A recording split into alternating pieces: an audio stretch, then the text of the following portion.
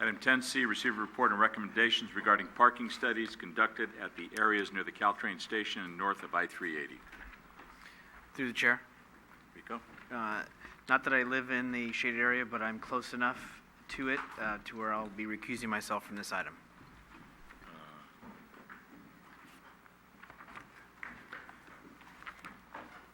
Let me ask you, Mark, is there a reason for him to recuse himself if there's no decision tonight? It's just a recommendation?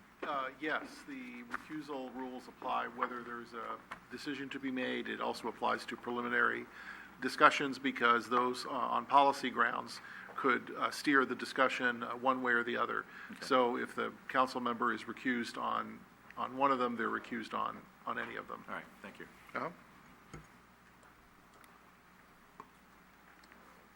Good evening, Honorable Mayor and members of the City Council. My name is Joseph Cervantes, and I'm with the Public Services Department. Next to me is Police Chief Barberini, and he's sitting next to me because Public Services and the Police Department have been in close collaboration in addressing the parking situation in the areas that I'm about to discuss. So the first area is in the neighborhood around the new Caltrain station. In the early stages of the grade separation project, the City Council expressed concern that the new station may have an impact to the available parking spaces in the surrounding neighborhood. In April of last year, passenger service began at the new San Bruno Caltrain station, and staff considered the establishment of a residential permit parking district. The area in consideration is just south of Interstate 380, and is bounded by Hermosa Street to the north, 4th Avenue to the east, Angus Avenue to the south, and Easton Avenue to the west. To quantify any parking impacts, a before and after parking occupancy survey was conducted. Now, what is a parking occupancy survey? And these surveys identify the total number of parking spaces and compare that number with the number of available parking spaces. These surveys are typically conducted during days and times of the heaviest commute traffic in order to determine if parking mitigation measures are warranted. The before survey took place on March 31, 2014, and that's 2 days prior to passenger service relocation. At the time, the grade separation project was still under construction, and there were several lane closures set up around the new station. Most of the new parking lot was still being used for construction staging, and the main entrance on San Mateo Avenue was blocked. As a result, parking spaces designated for the public was mostly empty, and the original parking lot on Huntington Avenue received much more use. The parking survey determined that although some commuters were observed parking on nearby streets, most commuters were parking in the Caltrain station parking lot or were picked up or dropped off at the station. Now, prior to conducting the after survey, staff hosted a public meeting on April 29, 2014. The intent of the meeting was threefold. One, establish the parking survey results, seek resident feedback, and gauge the interest in establishing a residential permit parking program. At that meeting, staff informed attendees that the after survey would not be completed until after the main entrance to the new parking lot is opened on San Mateo Avenue. When asked about establishing a neighborhood parking program, attendees initially expressed interest, but they showed concern over the number of permits that would be available for each dwelling unit. The after survey was conducted on October 6, 2014, which was 4 months after passenger service was relocated. This provided enough time for the grade separation project to be completed and for traffic and parking patterns to settle. The after survey also coincided with the San Francisco Giants home playoff game, since the Caltrain station typically experiences an increase in usage during Giants home games, which historically created overflow parking in the surrounding neighborhood. Overall, the level of parking occupancy was the same for the before and after survey. Now, the second area with parking concern is located just north of the Caltrain station area. and it's also at the northeast corner of the city.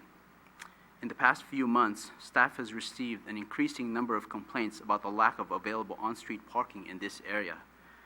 This area is bounded by 10 Fran Avenue in the north, San Mateo Avenue to the east, Interstate 380 to the south, and Huntington Avenue to the west. In reaction to resident concerns, parking occupancy surveys were conducted this past July to quantify existing parking conditions. To account for both commuter trips on BART during weekdays and shoppers traveling to Tan Fran Mall on weekends, a parking occupancy survey was conducted on a Wednesday and on a Saturday. The Wednesday survey was conducted during commute hours in the morning and in the late afternoon, early evening. The Saturday survey was conducted on 3 separate time periods, in the morning, around lunchtime, and in the late afternoon. The results showed that over 86% of the area studied was at capacity.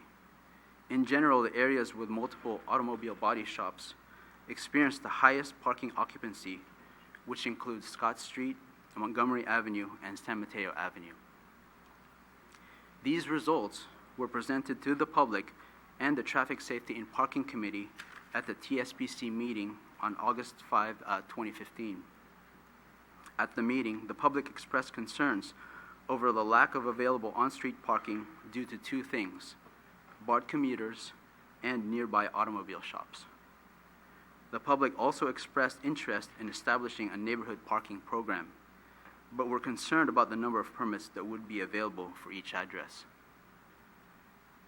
The TSPC recommended that staff investigate the feasibility of installing a fence along Huntington Avenue to discourage BART parking and the implementation of timed parking within the area. Staff analyzed the construction of a fence and determined that it is not recommended. To be effective, the proposed fence would stretch approximately 1,500 feet, and it would block approximately 600 feet of sidewalk that runs along Huntington Avenue. A fence would also block 2 crosswalks, which provide the neighborhood access to Tan Fran Mall and the BART station. To help alleviate the current situation, San Bruno Police has recently increased parking enforcement in the area. To conclude, staff recommends the City Council's approval to move forward in developing a parking plan for both areas discussed. With the City Council's approval, staff intends to collaborate with the public and the Traffic Safety and Parking Committee in investigating the need for permits and/or timed parking. The creation of a permit parking district or the implementation of timed parking will require an increase in parking enforcement and will likely have a fiscal impact. With that, I'd like to answer any questions. Thank you. Any questions for Joseph? Ken? Joseph, what was the notification process on this? So, for the first area, the neighborhood that is, within that area of Interstate 380, 4th Avenue, Angus, and Easton, they were sent out mailers of a public meeting. And so that was the notification for that. And for the second area, which is north of the Caltrain station area, notifications, prior to the Traffic Safety and Parking Committee meeting were mailed out to the entire area there as well, inviting them to the TSPC. And how many showed up? So for the first area at that public meeting, only about 10 residents showed up. 10? Yeah, and then for the Traffic Safety and Parking Committee, more residents attended, about 16 or 17 attended that meeting. Okay. Anything else for Joseph? I'm just going to say, and we have some business owner residents that are here that might want to speak on this. I'm really sensitive about this because as in my other profession, I worked with a property owner who complied with remodeling his auto repair shop, and he's here tonight to comply with parking. And ever since that project has been complete, he has been fighting tooth and nail with the neighborhood because he's got parking, and there's not enough parking out there. So, I mean, almost to the point where physical force and fights and things have occurred. And so it's been about a year and a half now where I said, I want the study, I want the survey, and thank you for implementing that. But something's got to be done, and I understand that there's issues with the neighbors, the residences, but the businesses have got to take responsibility that they can't just use the streets for their business. Overnight, placing repaired cars or cars yet to be repaired. And so I think, I'll speak for them, and, my opinion is that I think the direction to go is with limited time parking. And then, as far as the residential areas, yes, as far as commuters and things, yeah, maybe a parking permit situation. But I'll let them say for themselves. Do you have anything to say? Yeah.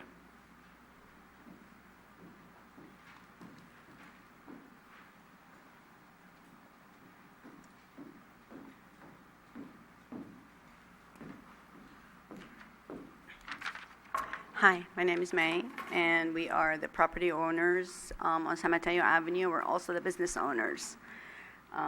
Like Ken said, that we have been doing nothing but fighting customers from the next door neighbors, and they're helping us out, but unfortunately, customers are going to do what they want to do. We've called the police department on multiple times and asked them to come out and help us. By the time they do come out, they're gone. All we get, like you said, we're physical. They're swearing at us. They're giving us the bird all the time. And then there's a taqueria that's next to us. They want to pick up and keep going, or they want to eat. And if they don't find parking, they will double park, or they will literally block our driveway. That stops us from going in and going out. And in case of an emergency, something bad is going to happen. And our recent thing, they threatened us to come back and shoot us. Now, I don't take that very lightly. And I did call the police department multiple times, and they keep telling me, please come out and enforce the parking on San Mateo Avenue. They don't have enough people to do that. They only have a couple of people to patrol, I guess, the whole San Mateo or downtown area. Well, tickets do generate money. That's extra money that could be used to help the city and also clean out the parking situation that we're having down on San Mateo Avenue. So please do something about it. Like I said, a lot of the businesses, we did cost us a lot of money to have our own parking on our own premises. And all it did is invite other people to come and park on our premises. And that's not fair. Thank you. I think we heard you loud and clear, and you spoke directly to the chief, so. Thank you. I did. Good. Anyone else on this? Okay. Yes. Hi, I'm a little bright, sorry. My name's Rosie Stiltner, and I live on Herman Street, which I'm heavily affected by the auto shops on Montgomery and San Mateo Avenue. I could name the auto shops, but I won't go there. But I work sometimes late at night, and I come home, and I can't find parking, and I literally have to park 3 or 4 blocks away from my house. God bless the police department. They're out there. They're doing their best that they can, but it looks like a junkyard in front of my home. It lowers my property value. It looks horrible. It's bad enough we have a big old cyclone fence with the Caltrain that looks like I'm in a concentration camp, and it just looks really, really, really bad over there. We have cars that are missing parts on it, that are wrecked, that have writing all over it. They have tow trucks come and drop those cars off sometimes and leave them for days and days at a time. We have street sweeping on Mondays and Tuesdays, and it's difficult finding parking just for my own personal vehicle on those days. So it's real difficult. It looks horrible. I'm not the only one that complains. I didn't receive that notice, or I would have been at your hearing or your meeting. I got this one in an email from the San Bruno City, and that's why I'm here tonight. And if it means that I go out on my feet and go and walk to all my neighbors and tell them, let's all go down there together and have a voice to get this out there that we need something in our neighborhood. It's just getting really, really bad. We get BART, we get people going with suitcases to BART, and they leave their cars for sometimes a week or two at a time. Something has to be done, and I'm glad I'm here tonight to at least state my opinion, and hopefully it doesn't fall on deaf ears and we get something done, because enough's enough. And I have complained to the city. I'm not sure what the gentleman's name was, Tito or Tino. I did file a formal complaint, right, and I never seen any action, and I know that it takes a lot to move a mountain, but hopefully you guys hear me and we can do something about it, and whatever meetings are coming up, I hope I'm informed so I can be here and rally some more people to come down here. Okay, thank you. Thank you. Yeah, we've heard your concerns, and I think you're going to be prepared shortly to make some solid recommendations to the council for some action. Yeah, that'd be great. Anything else? I'd just like to add that, because they're friends of mine, and I asked them if they received the notice, and you've had 2 meetings and nothing. So really want to check on how we're notifying. That's why I asked the question. And if there are, like neighborhood representatives that want to, double the, supplement the notification, we should do that. I also wanted to say that there seems to be a lot of red curbing in the area, and it just seems that maybe there's some options to that. I've heard many suggestions. Maybe Sky Park needs to reroute their buses to improve visibility and maybe gain some parking space, because there's red curbing that is being violated. Cars are being parked on the red curb. There's a lot of red curbing that is, for whatever reason, is red curbing under 380. So not really sure, what that is. And so I get the questions from business owners and residents, and I don't really have an answer for them.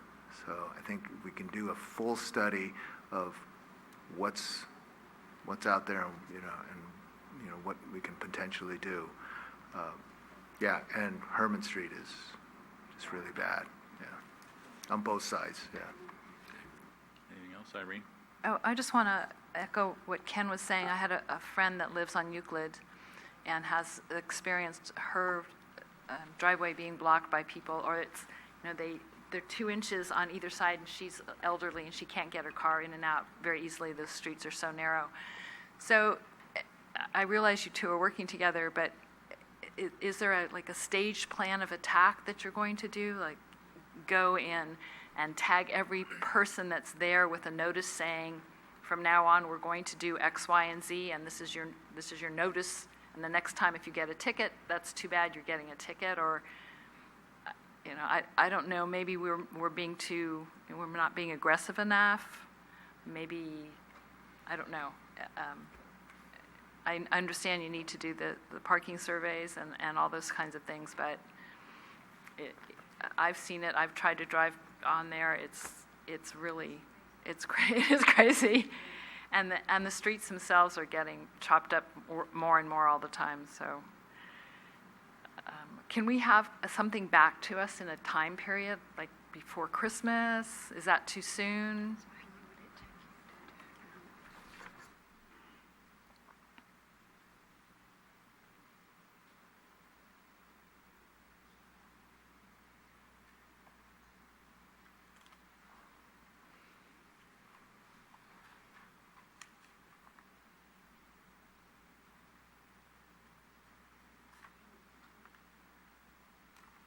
So the staff recommendation is to do the analysis on time parking, and based on the comments that I'm hearing both from the city council as well as from the residents, that time parking appears to be a potentially good solution, potentially, as Joseph indicated earlier,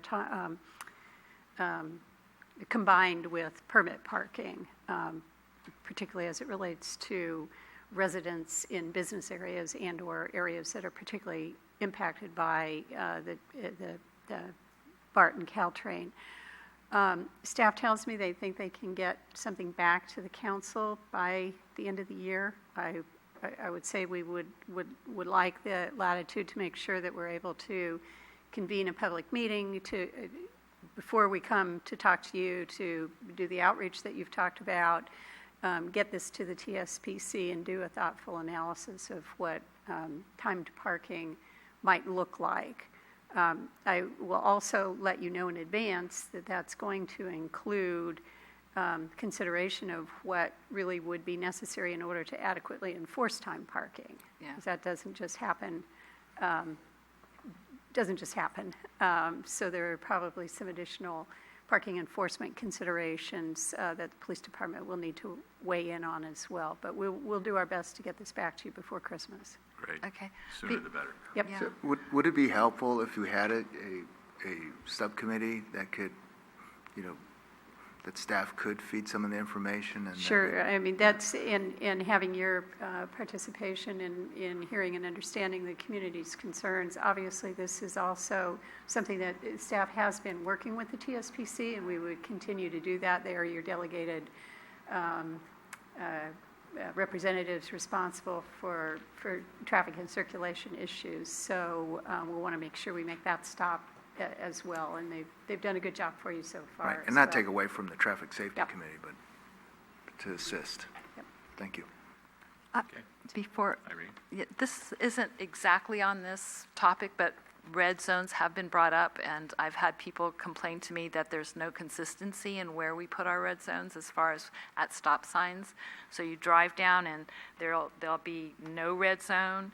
On a four-way stop, the next stop has 2 feet of red zone on one corner, another, 2 stops later, another stop on another side has 10 feet. And so I'm just wondering if either we should be consistent. I realize there's times I realize there's reasons that you're not, but to have nothing on one corner and then have something on another corner, it doesn't, I don't understand the reasoning for it. The other piece Same on is, loading zones. pardon me? Zones are inconsistent also. Well, at least you kind of can figure out, but this is, almost every stop area is different. The other thing I'd like for you all to take back to traffic and safety maybe is where we have the red zones. And I'm thinking of Angus Avenue and Second. There's a bus stop area there for the kids that go get picked up to go to Parkside. And at the particular area there is no red zones at all, and it's a two-way stop. So the kids, the people park right all the way up to the stop sign, and there's a couple places that they have the big tall trucks that block the sign itself. So people driving this way often, people are nodding in the audience, they often skid to a stop because they don't see it until they're right on top of it, or they don't see it at all. And especially in the morning and the afternoon when the kids are going back and forth, kids, they step off the curb, they're horsing around. So there's a lot, I have, and the neighbors that have talked to me have a lot of safety concerns about that. So I'm not expecting a solution right away, but I would like us to look at consistency, first of all, a policy, some kind of something I can point to, and then at bus stops, look at how we can keep those kids a little bit safer, at least so the drivers know they're there. Thank you. Okay. So Joseph, did we give you enough to work on? Okay. Yes. All right.